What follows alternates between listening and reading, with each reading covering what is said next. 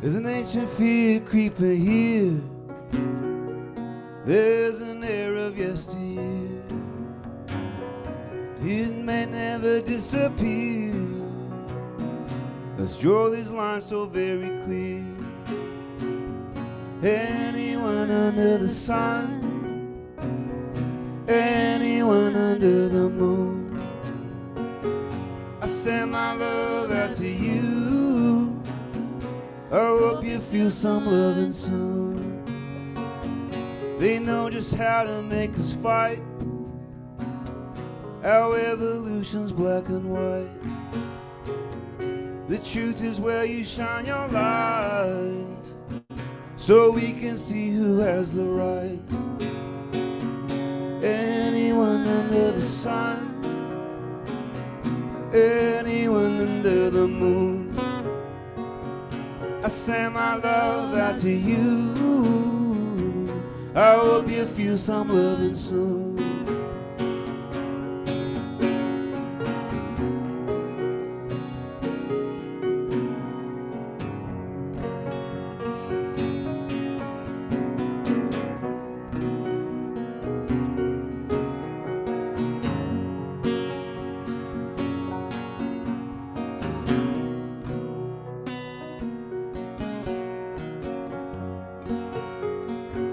They say we got these separate ways, then you watch how power plays. Now all I know and all I see is I am you and you are me. Anyone under the sun, anyone under the moon, I send my love out to you. I hope you feel some loving soon. One more time. Anyone under the sun, anyone under the moon, I send my love out to you. I hope you feel some loving soon. So beautiful, everybody. Thanks for singing along. Welcome.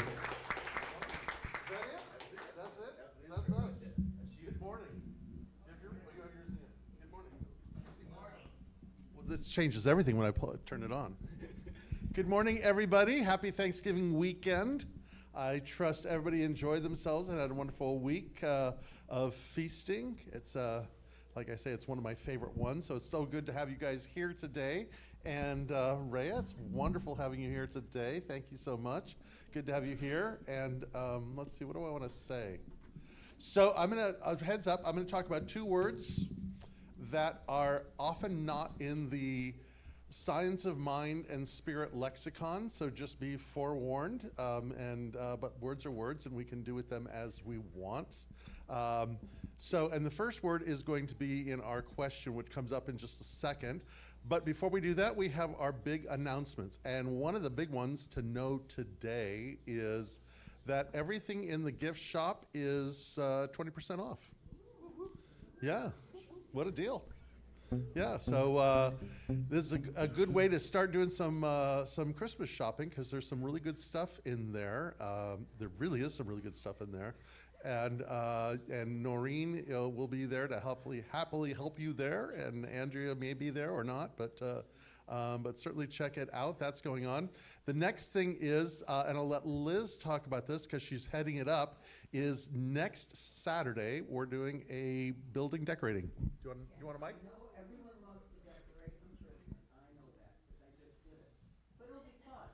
And if we get enough people, 10 to 12, we'll knock it out of the box and we'll have our sanctuary looking very festive and start off. So it won't be that hard. So please sign up on the tables where the desserts are. And I'll see you next Saturday at 10. Cool, yeah. So that's going on. Jim's class continues through the month of December. He's not here today because he's visiting his father-in-law's birthday. So that's going on. Let's see, what else do we need to have for announcements? Christmas Eve is going to have, Youth and Family is happening to, is Paul down there? Do you know? You know if Paul's down at Youth and Family? Susie. Susie is. No, Susie's sitting right there with her dog. The kids are running amok. Yeah, the kids are running amok. The kids are all right. But I do think we need to get a dog trainer here because we got like 3 dogs and counting today. So we don't have kids, but we have our dogs. You know what's cool about having dogs? I mean, there's so many things that are cool about having dogs. But one of the cool things about having dogs is that we have the opportunity to create a safe environment for them to grow old. Because generally, you know, left on their own, or like any other animals, you know, they'd be whatever. They would not be in their bodies. But we create, and something, as we know, many of us, as we age, our perspective on things changes. And I'm looking at that because our little Nikolai he's 10 years old, and I can see the graying in his face, but I'm also seeing a development, a nuance about him that is just so sweet and precious. So, boy, it doesn't take me long to get off track, does it? Dear friends, with a deeply grateful heart, we wish you and yours a blessed and happy Thanksgiving. So I'll announce that easily. I guess that's it. So we'll start with the first word that we don't often hear in our lexicon, which is the word hope. In fact, dear Ernest Holmes, bless his heart, he didn't know what to do with that word. He eventually came up with "it's better than despair." But I'm going to talk a little bit about it because it's a real powerful word in shifting and changing consciousness. But the question of the day is, what gives you hope? Does something give you hope? And we usually start at the end of the line. Ray, I will give you the opportunity to answer that or not, if you'd like to. Sure. Okay. I think, I'm just going to leave that there. Hope, for me, isn't enough without action. Like, Right. I think hope is so great. Like, it feels good and we're hopeful. But I always feel like that word, sometimes I'm like, it's not enough. So when he shared the question with me, I immediately thought, like, what gives me hope is to create. That's something that to me is in reality. So like that's what we're made for, to create. So I don't know, I kind of struggled with the word hope because I think hope's great, but if you're just sitting there hoping, it doesn't actually fulfill on possibilities. So Well, I think if you're hoping without action, what you're doing is wishing. yeah, that maybe that's what it is. I think maybe Because hope is for an me is a action little word. bit of wishing. It is to hope means to engage in action, yes. Yeah. Not like I want to tell you what to think. No, but that was immediately what was there for me, But and it's if probably you a wanna little give bit me like wishing, yeah. But yeah. For me, I was thinking about, the tug of war between, in my read, it feels like the tug of war feels like it's between critical thinking and tribal thinking.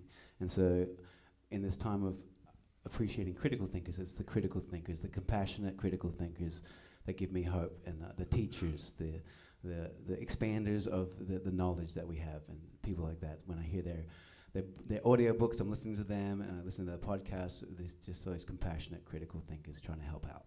Beautiful. How about you, Laura?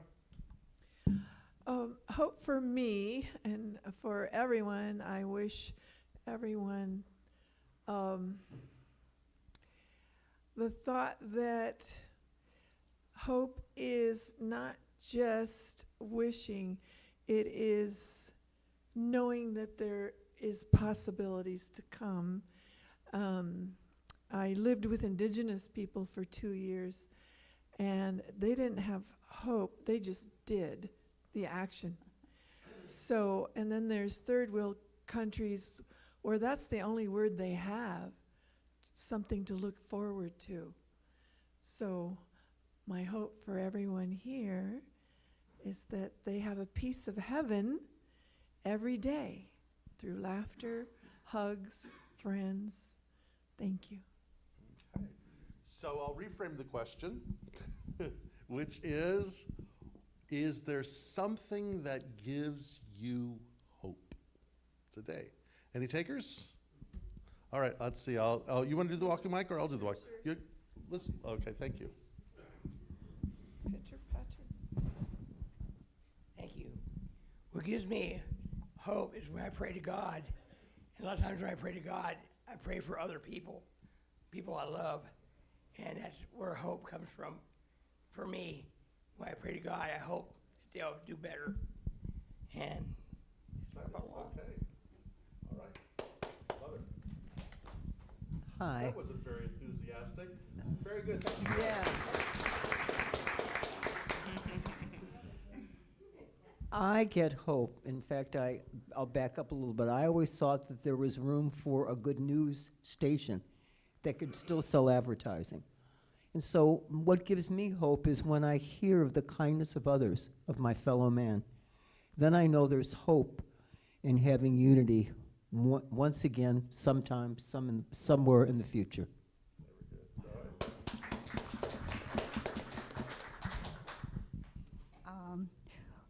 What comes to mind that gives me hope are the people in my life, but I want to say specifically my grandchildren. And when I'm around them or seeing them interacting with their friends or with other adults, just the optimism and the way they put things, the way they see things, it gives me hope. Beautiful. I think what I'm recognizing for hope is when there's an energy and momentum, and especially as Lee was mentioning, the people. If you have enough people with good energy or the right energy in a momentous direction, that has a lot of hope, especially if they're very passionate, because with the action portion, it feels like it's very possible that it could happen.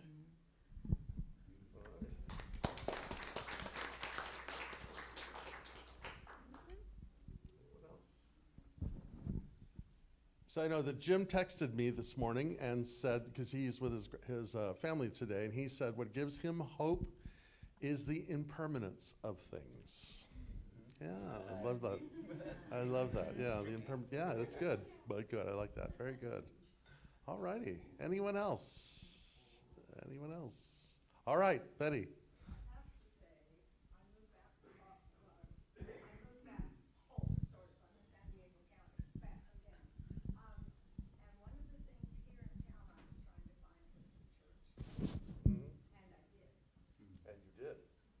Found you. Fabulous. Love that. All righty. And I forgot to say good morning to those of you in the virtual world. Good morning, my dear friends out there in Missouri and Colorado and Oregon and California and New York and wherever else you may find yourselves. Nice to have you with us today as well. All right, Laura.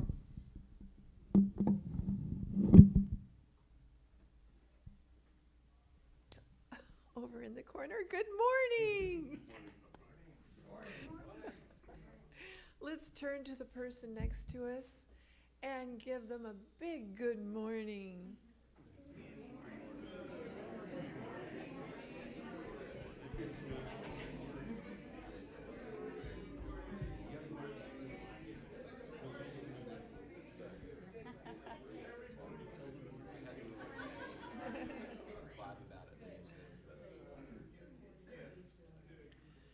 I'm Reverend Laura DiDonato, your practitioner of the day. Paul's here.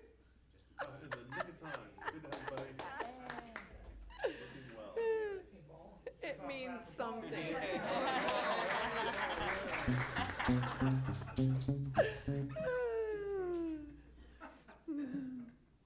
All right, let's put 2 feet on the ground and sit very tall so that we become a clear channel for love. Let's take a nice deep breath in and exhale.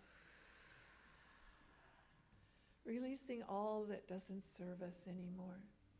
Inhale and exhale.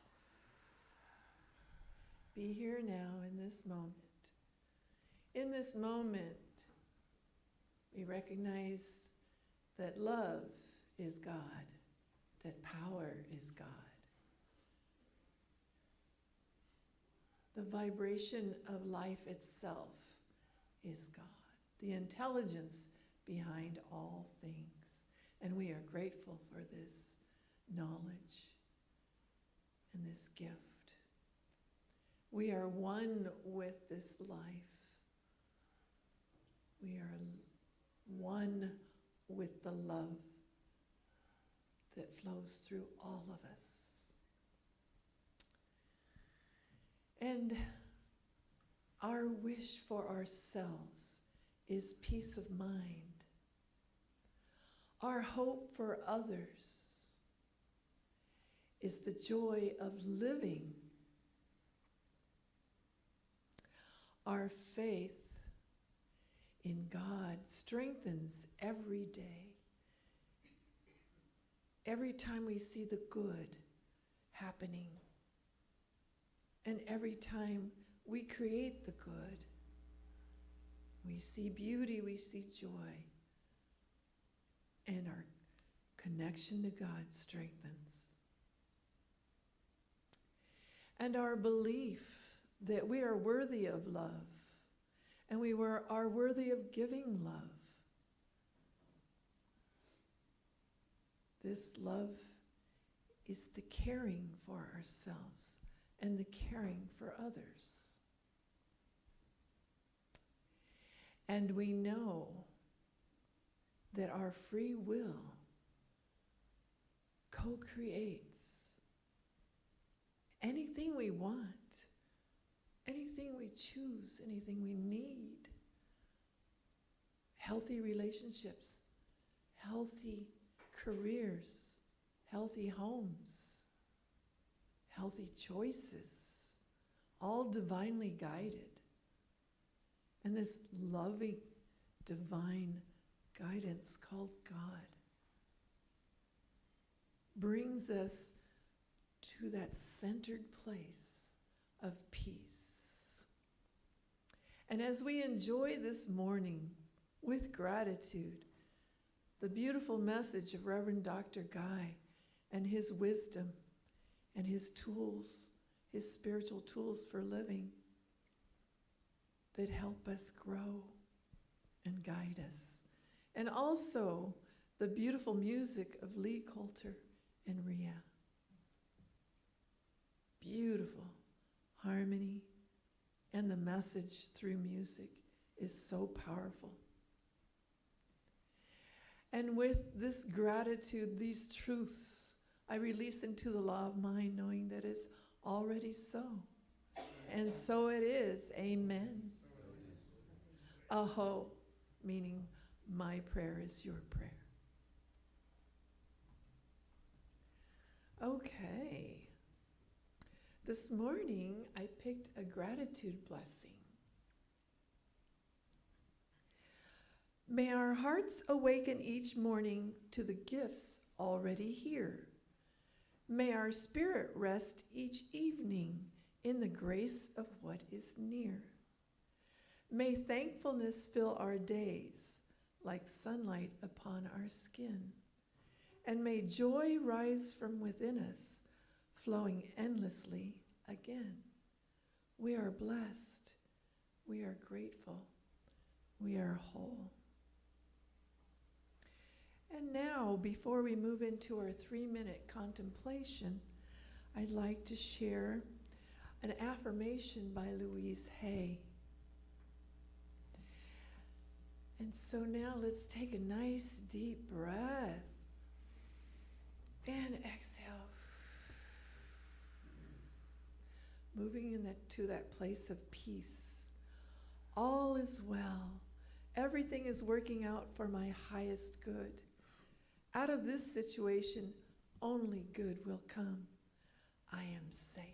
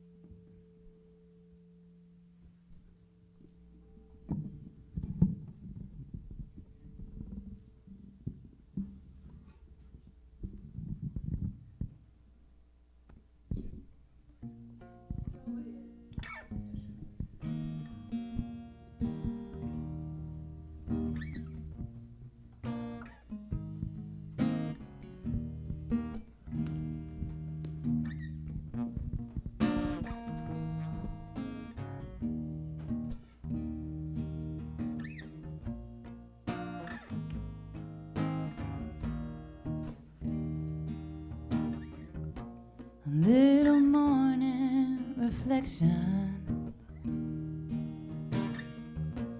can be humbling.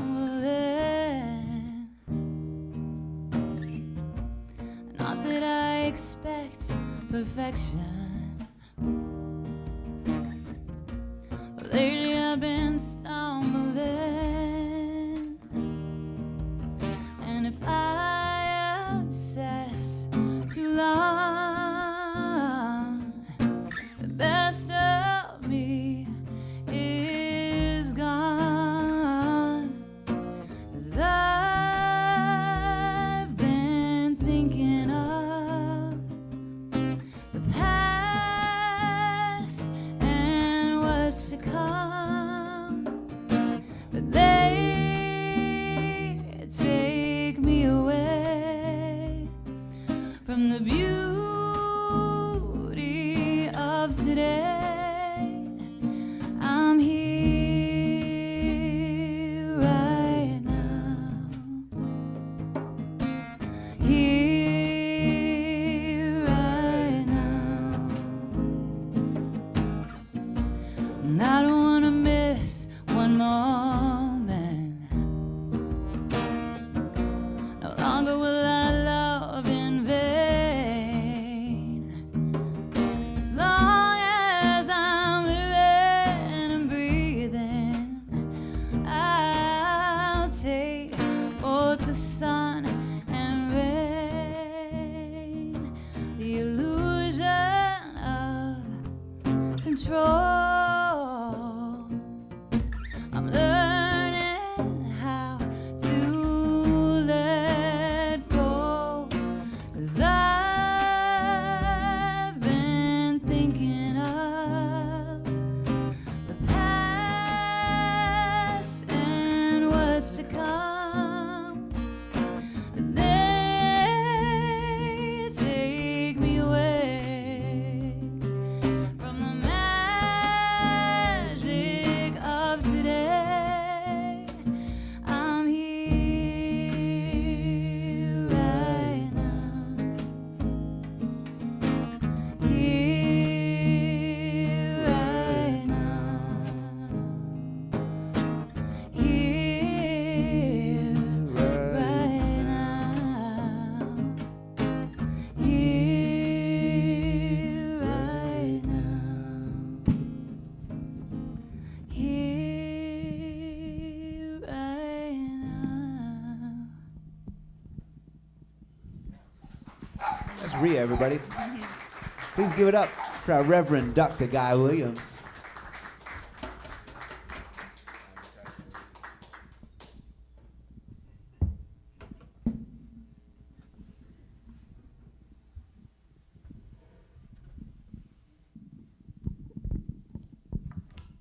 I think of some of those big old European cathedrals and the lectern that they use. And I'm so happy I have this one because I couldn't move marble very well.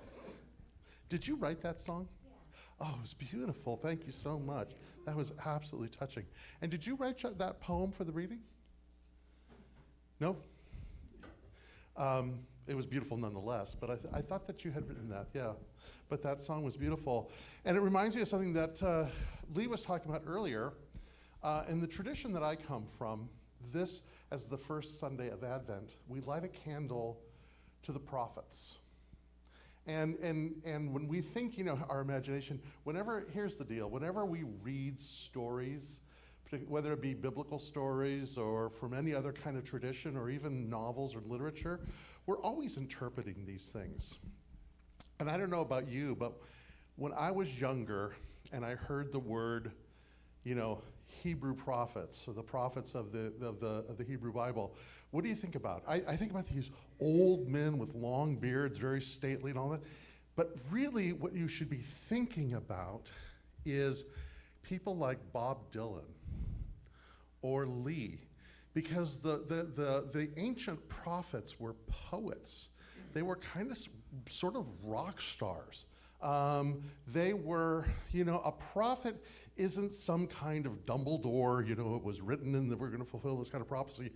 They were more social critics. They were apocalyptic in the sense that they spoke about how things were, and if we continue going down the path that we're going, where we're going to end up. But they also created imaginations of what is possible. So we live in prophetic times. We live with people like Lee and Rhea and Bob Dylan and Jimmy Cliff and anybody and everyone else that is an artist or a poet, because they come from the prophetic tradition. So light a candle today for those who inspire you to look at things from a different kind of perspective, because that's the prophetic tradition. Not these grumpy old men, you know, with big stone tablets in their hands saying, do this and do that and do that. It's not that at all. I have a lot of energy about Advent. It's one of my favorite times of the year. It's a very ancient thing, and something that I talked about last week a little bit is, you know, it was at the time of the Protestant Reformation that we began, and not to badmouth Protestants, because, you know, I'm truly not, but having been educated by Jesuits, those Protestants. So anyway, but my point is that something that early Christendom figured out is that no one likes to go to war during a festival. You'd rather eat and drink and be merry. And so what the early ancient church did is to keep people from killing each other. They had festivals for everything. There was St. Bridget's, there was Christopher, there was this, there was that, Advent, Lent, you name it. And so you can't go to war during Advent, for goodness sakes. We have candies and sweets and mulled wine, and Aunt Harriet's going to be here. And so what we see is that there is a secularization of even what we celebrate as a way to support empire and expansion and militarism and all that does. And so, you know, I have a charge on this, and today I'm going to speak kind of nerdy and kind of personal, because I'm kind of working at my own self, because, you know, it's the first Sunday of Advent, you know, and I grew up with candles and, you know, ceremony and all this other kind of stuff, because it evokes an imagination of something that is possible.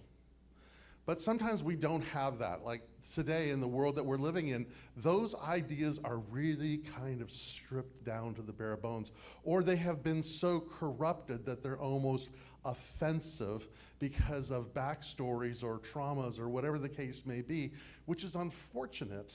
And so I kind of look at it as a way of sort of rehabilitating in the small way that I can, my voice in how these do. And so when I think in terms of kind of where we are, and I think to myself, you know, what are the stories that bring hope? What are the stories that bring imagination? In a world that, if we're not careful, can really take on the appearance, and I'm speaking to myself here, can take on the appearance of a horror show with things, you know, you can't believe that people would do those things to other kinds of people, you know, and to do it individually or personally or whatever the case may be, and it just strikes me. And so there's a part of this, and maybe you experience it as well, that sometimes I feel like an exile. I feel like the outsider looking in, and think to myself, you know, what's going on here? You know, what is all this crazy stuff? And it's not kind of what I thought was going to happen or where I imagined the world would be. And it's kind of a time of somewhat loneliness in that sense, because you realize that you're just barrage, and every conversation at every party is going to something about, you know, with one more atrocity or one more thing. And so an image that I start with, and this is where the minister gets nerdy, an image that I start with is the opening of the prophet Ezekiel. And the opening of the prophet Ezekiel, if you've ever read it, is fascinating, because it is very almost psychedelic. Here is this young man who is in exile in Babylon. He is an artist, he is a poet, he is a songwriter, he is a prophet. And he was part of the intelligentsia that had been dragged off to Babylon during the latest conquest of Israel. And he's literally there on the banks of the Euphrates, in deep despair. And he has this vision coming across the desert of this huge chariot, and there's wheels within wheels, and there's these angelic beings that are just hard to even imagine, and some kind of character sitting on a throne on this huge thing that's coming across the desert. And he's having this incredible vision.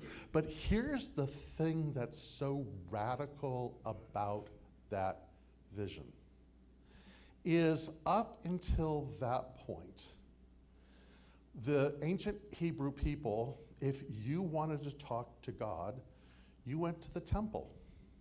And you paid a priest, and you had a sacrifice, and you did those kinds of things because that's what one did to appease or to kind of communicate with that particular God. But here, this God is coming to you. This God comes to you in your exile. It is not a place that you have to go, but simply an opportunity to be wherever you are and receive. I have an acquaintance of mine who's a theologian.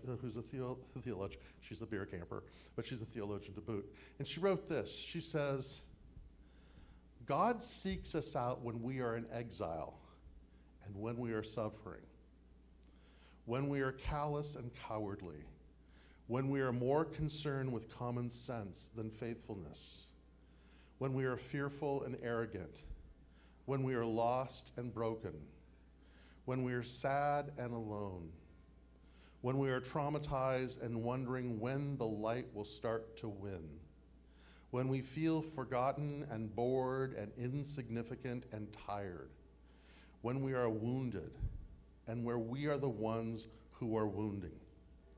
Wherever we are, however we find ourselves, it's not like we have to go someplace or create something or do something other than just be present and see what comes to us.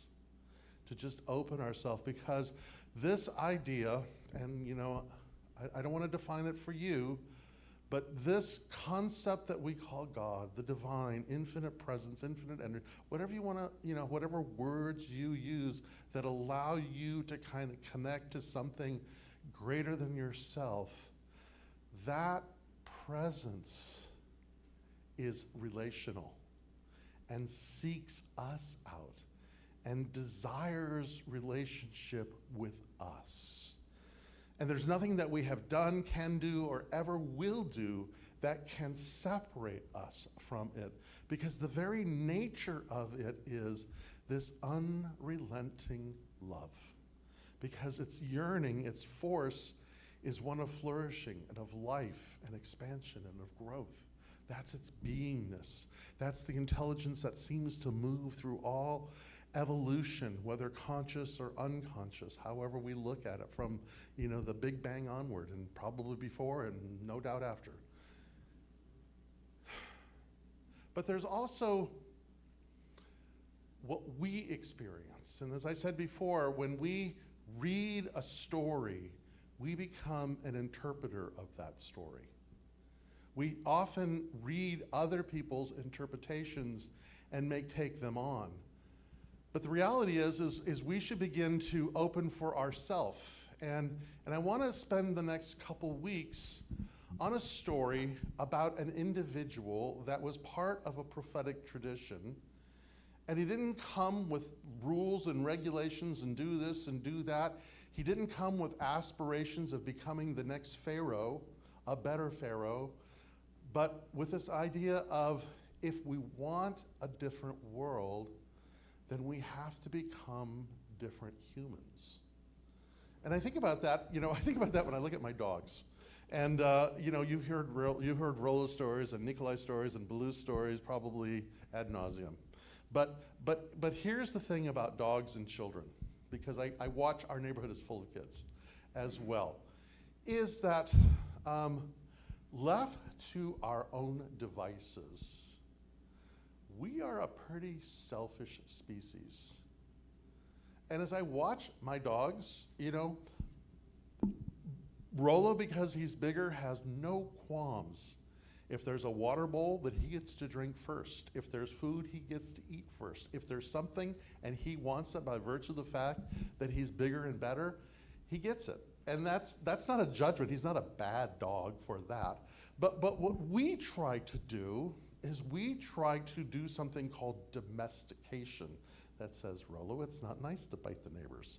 Rollo, don't eat the neighbor's cat. Don't do these kinds of things. And this is how we all learn to live together harmoniously. But we do the same with us. We do the same with children. There's a civilizing part of what it means to live together. And this is the story of religion. It is, there's, and I don't want to, I got some really interesting feedback, and I would love to have this conversation between spiritual and religious.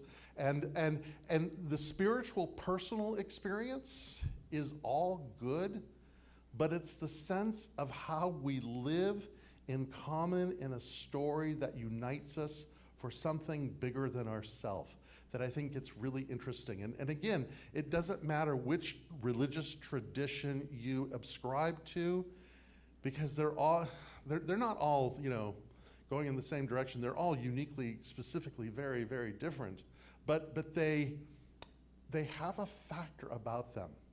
And to get kind of nerdy, this all kind of started about maybe about 2500 BCE, when there seems to be a shift in the consciousness of what it meant to be human, because we were coming out of living in small family and tribal groups. We were getting to be in larger groups, and where two or more are gathered, there's Rollo. I'm first. I get it. I get to have it. And it's like, well, how do the rest of us kind of live? Let's have a unifying story of what that is. And to tell the Jesus story, it's really important to put it into context. Now, again, I'm not trying to convince anybody of anything at all. I am offering you an opportunity to imagine something from a different kind of perspective. And if it makes you uncomfortable, that's interesting for you to sit with, is it not? That's a good journal thing. But the story of Jesus about what it means to be a different kind of human has to be put into the context of the historical Jesus and what that was. And we start in the Axle Age, 2500 BCE. We know kind of around 2000 to 1700 BCE was probably the time when there was somebody like Abraham and Sarah, when those stories began to originate of these Bedouin tribes that were sort of traversing the land and entering into this idea of a covenant relationship with the divine. I will be your God and you will be my people, and what that looked like, and this whole tribal thing that was beginning to kind of grow and happen.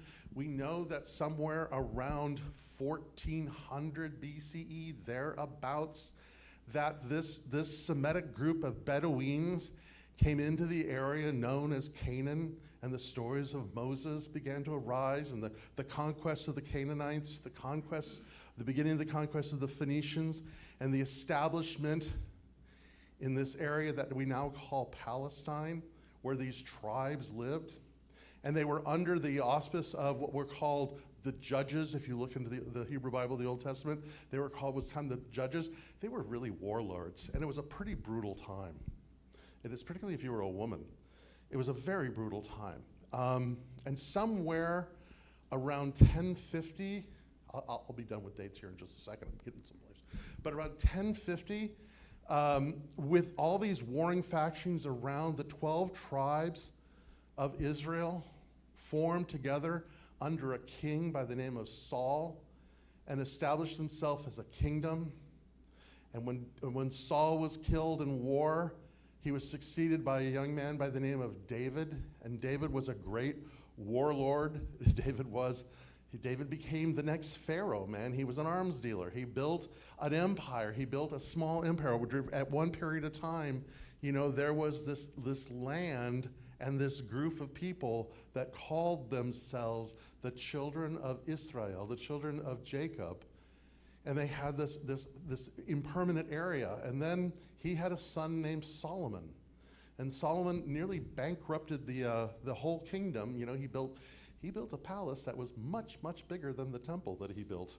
And what happened at his death is that the kingdom split. 10 tribes went north and established the land of Judah. 2 tribes stayed south and Israel established the land of Judah. And then from there, it was one conqueror after another conqueror after another conqueror. The Babylonians came in, the Persians came in, the Syrians came in, the Egyptians came in, the Phoenicians never went away. Then the Greeks under Alexander came in, and then finally Rome. And so this is a story of a group of people that had been betrayed by their kings, fell into captivity, and were then under the bootstrap of one occupying force after another, after another, after another. It was during this time that the prophets spoke about what it means to be reconciled, what it means to live through this. How does one live through this? And there's this great image of Isaiah where and I just love this as an imagination, he talks about the kingdom of David as sort of this golden age. And I think of it like this way. I remember bumper stickers back in the early 2000s when the sitting president at that point in time was a man named George Bush and got us into the Afghan war and all this other kind of stuff that was going on. There were bumper stickers around that said, "I miss Nixon." And essentially what that means is we have a tendency to romanticize the past as, oh, it was much better then, right? It was much better when they were there. And that's kind of what we projected onto David. It was much better when David was king because it was, so we romanticized this whole idea. And so Isaiah has this image where he says, from this tree stump that we would call the tribe of Jesse, where David comes from this tree that has been chopped down, to this land that has been occupied, to this group of people who have been living under the bootstrap of one occupying force after another, after another, after another, after another, there's this sprout that's growing from it. There is a promise. And kind of like us, sometimes we feel down and down and down and down and down, but we think there's a promise. But the promise was always that there would be some kind of Messiah who would come and deliver them from occupation to occupation to occupation to occupation, always doing the same thing. We will rise, we will have a new Pharaoh. He will be a better Pharaoh. He will be a stronger Pharaoh. He will be a just Pharaoh. But let me tell you, if you look at the world today, nothing has ever changed. And the story of Pharaoh always ends up same place. And this is what Jesus walked into, or was born into, with the expectations that he was supposed to do something, and he turned the whole thing on its head. Because he says it's not about that way of living anymore. For you and I, and the world that we want to imagine and what we want to envision, it doesn't come from that. It never has, and it never will. We can never impose goodness. We can never legislate justice.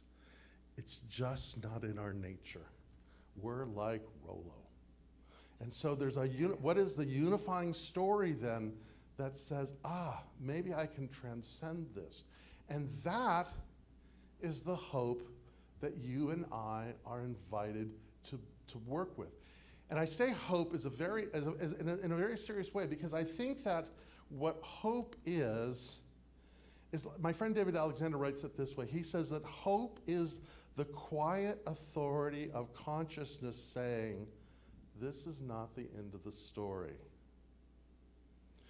Hope is the statement in consciousness that says, this isn't the end of the story. It isn't the end of the story for us as a species, but it's not the end of the story for who we are today. Wherever you may find yourself, whatever is going on in your life, the hope is this isn't where the story ends. And that's why hope is something extremely active, because it begins to engage the imagination into new ways of thinking. Because nothing begins without it.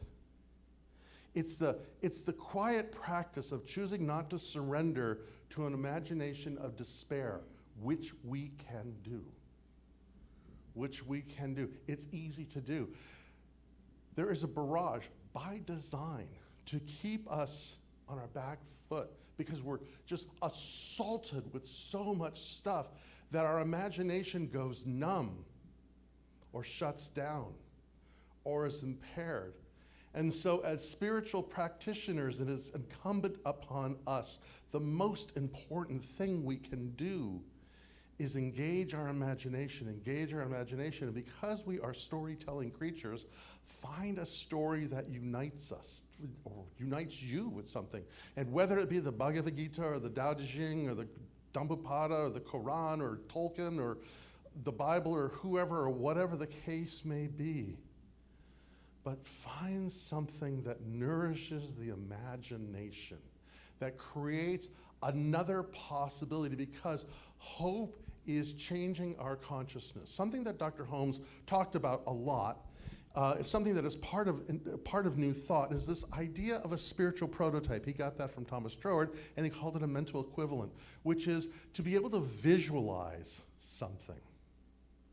Find the thing that you desire and create a vision for that. Find the thing that you want and create an imagination for that.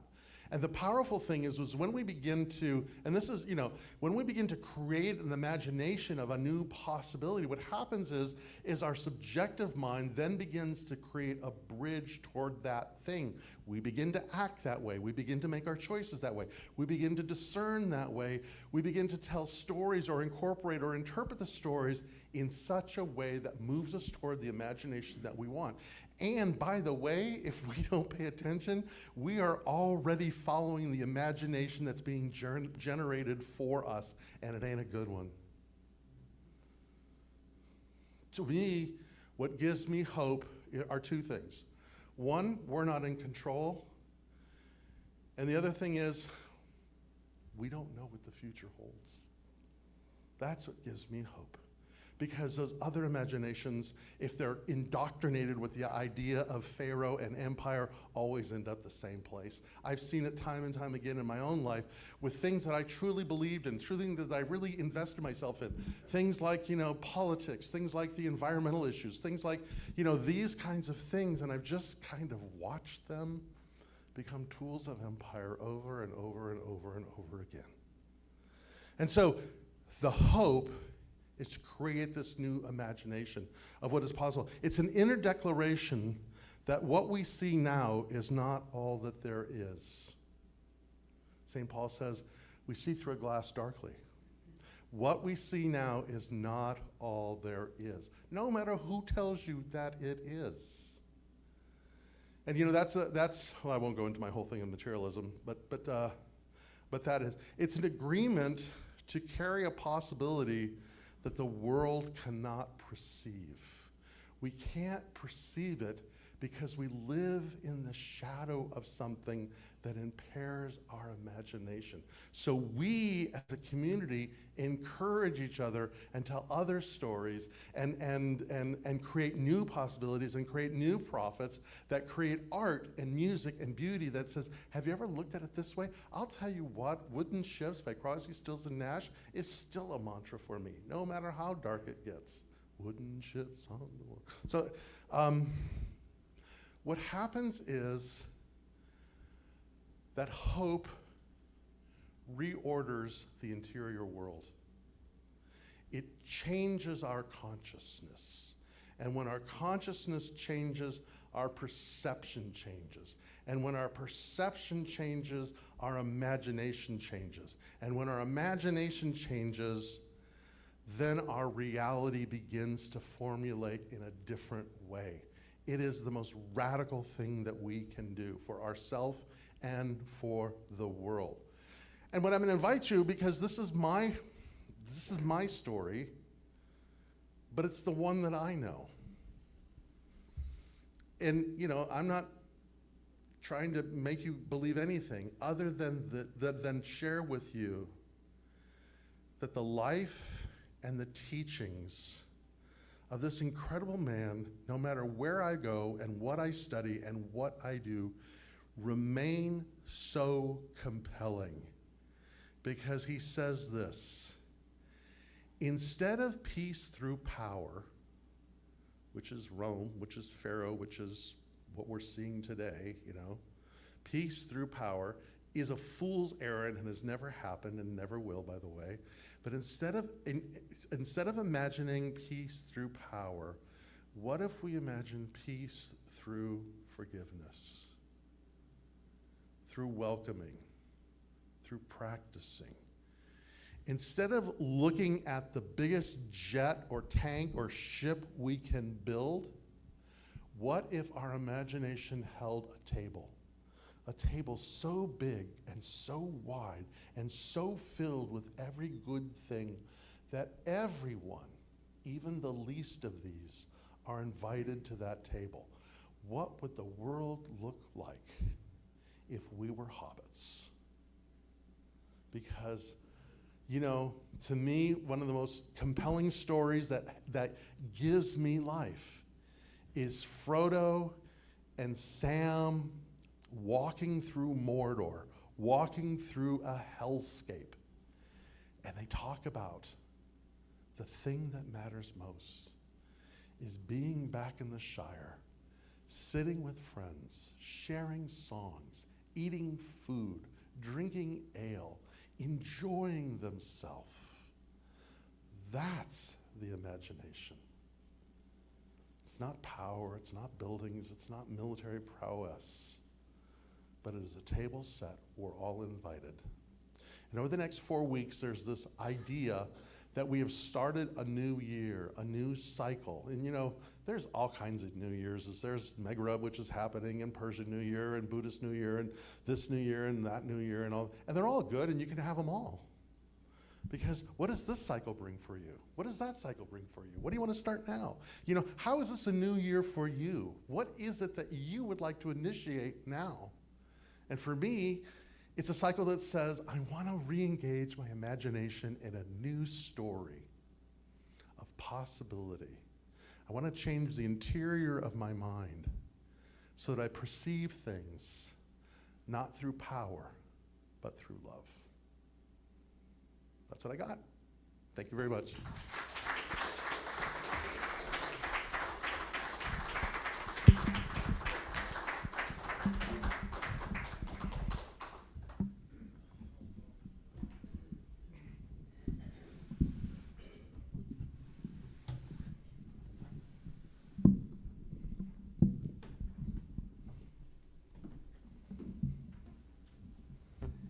Thank you, Rev. You're welcome. And I'm so glad you brought up Jimmy Cliff, because I was going to play this song in honor of Jimmy. Oh, yes, please.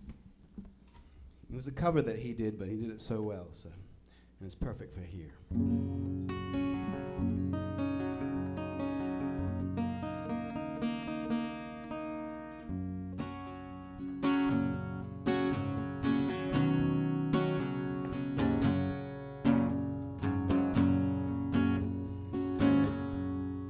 I can see clearly now, the rain is gone.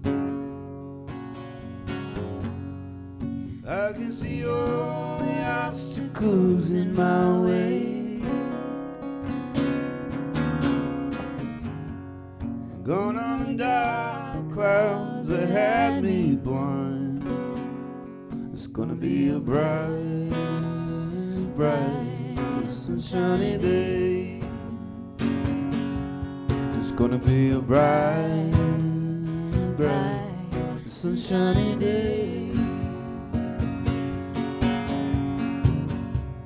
Yes, I can make it now, the pain is gone. All of the bad feelings have disappeared. Here is a rainbow I've been praying for. It's gonna be a bright, bright, sunshiny day. It's gonna be a bright, bright, bright, sunshiny day. Yeah, yeah, yeah. Look all around, there's nothing but blue sky.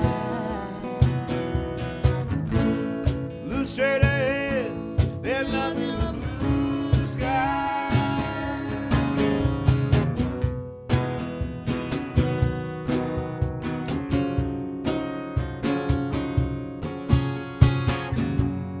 I can see clearly now, the rain is gone.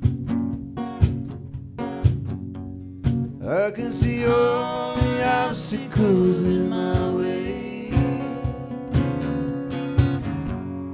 Here is a rainbow I've been praying for. It's gonna be a bright, bright, sunshiny day. Let me hear you sing. It's gonna be a bright, bright, sunshiny day. Two more times. It's gonna be a bright, bright, bright, sunshiny day. It's gonna be a bright, bright, bright, sunshiny day. Yes. Jimmy Cliff, Johnny Nash. So sometimes I get so caught up in what I'm saying that I forget what I'm supposed to be saying.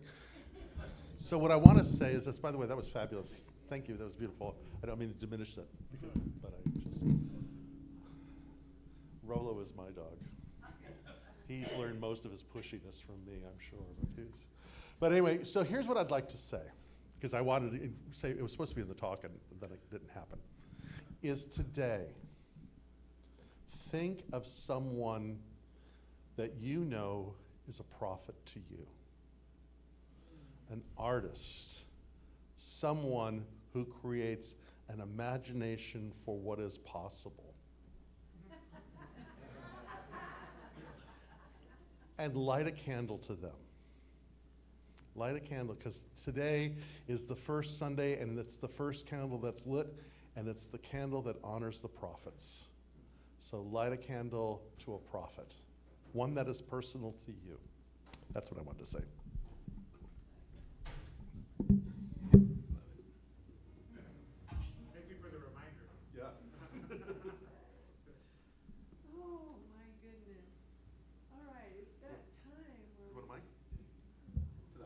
Sorry.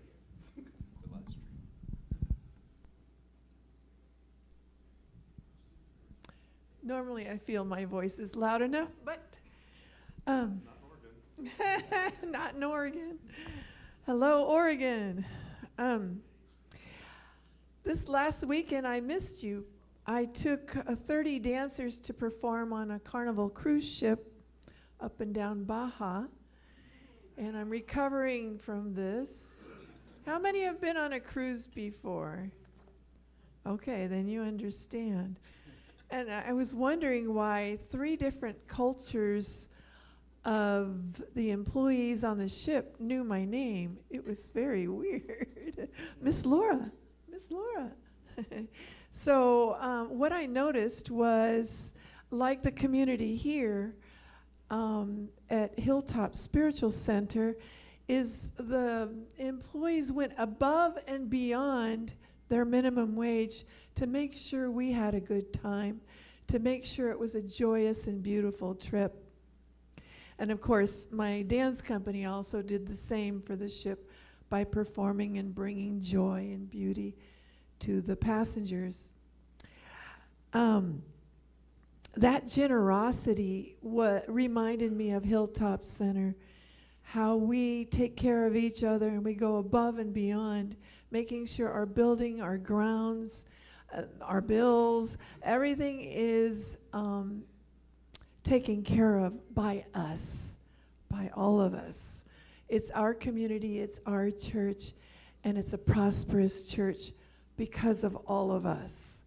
So I would like to reach out and welcome you to give anything you have, whether it's time, talents, treasure, or tithing, and place that on your heart. Even if you don't have an envelope, just place your hand on your heart, knowing that your love is appreciated here at Hilltop, and that the glorious glow and vibration of love that moves through these pieces of paper called money, called tithing, called prosperity and abundance.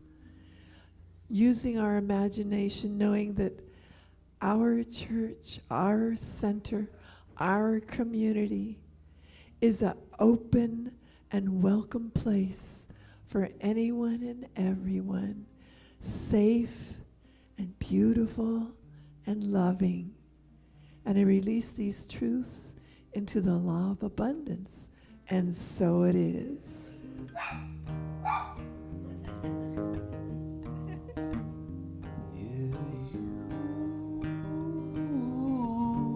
Thank you. Thank you. Yeah, I'm singing to you. Thank you. The people coming through. People like you. People coming through.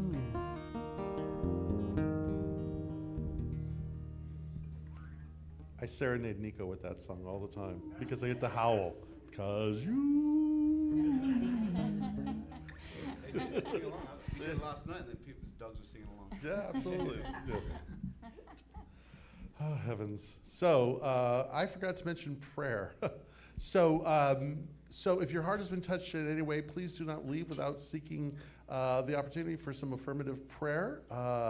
Laura will, in about 5 or 10 minutes after you get something to eat, we'll go into the Emerson room, and anybody that wants to go into a prayer circle, they're always good, and she leads a beautiful one. So if you're not experienced hanging out with Laura and praying with her, you can do that. You can fill out a prayer request. The practitioners get together every week, and we pray over them.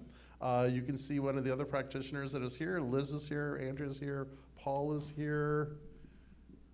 That's it. So, and Laura, and just ask one of them if they would like to take an opportunity to pray with you, and they'd be happy to do that. So you got that.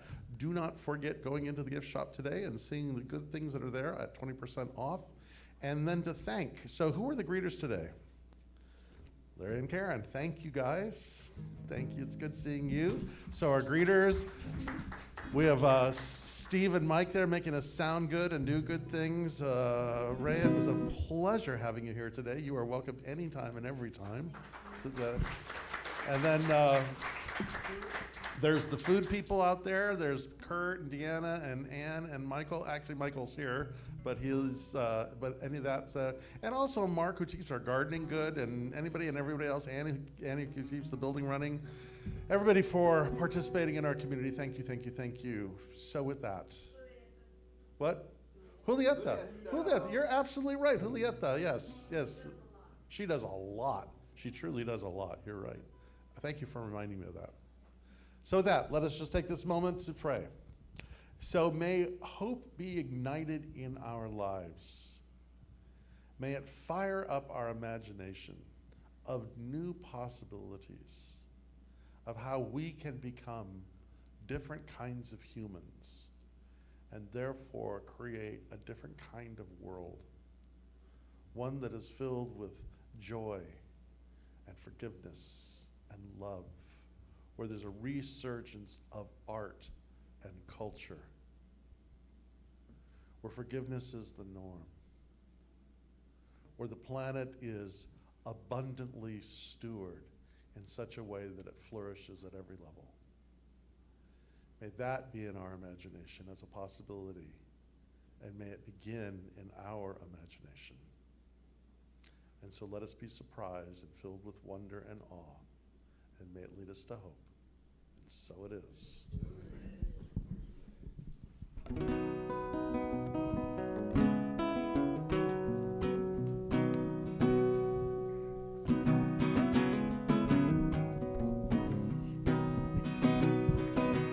We, yeah, you and me, we speak the same language. Not just some words, it's everything. I got 2 tickets to where the sky meets a freeway. I feel every word every time we sing. Yeah, yeah, yeah. Time slows down with you. Pick it up now. Here we go, here we go, here we go. And we're headed to forever. It couldn't get any better. We, yeah, you and me. Here we go, here we go, here we go. 'Cause we're doing it together. It couldn't get any better. We, yeah, you and me.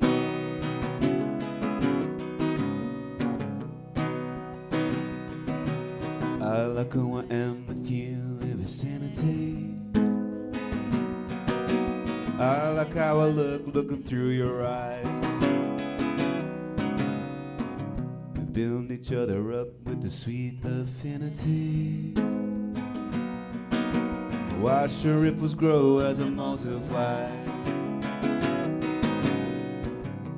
Yeah, yeah, how time slows down.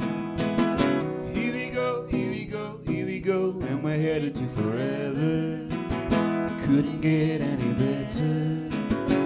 We, yeah, you and me. Here we go, here we go, here we go. 'Cause we're doing it together. Couldn't get any better. We, you and me. Ooh, la, la.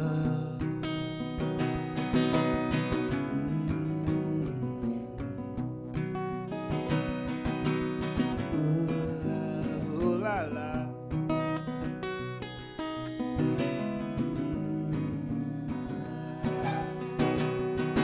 We'll keep doing what we do it like we mean it. Not just the words, our hearts and souls. We take what we got, twist it in the music. If it's coming to an end, then I don't wanna let go.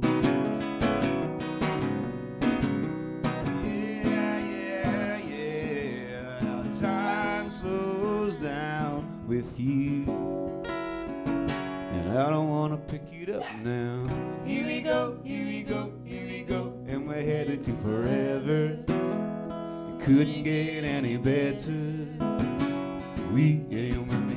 Here we go, here we go, here we go, 'cause we're doing it together. Couldn't get any better. We, yeah, you and me. 'Cause we're doing it together. Couldn't get any better. We, yeah, you and me.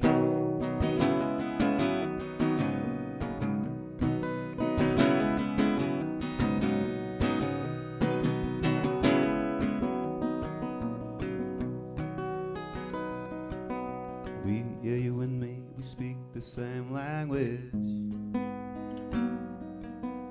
Not just the words, it's everything. That's Ria, everybody. Happy Sunday.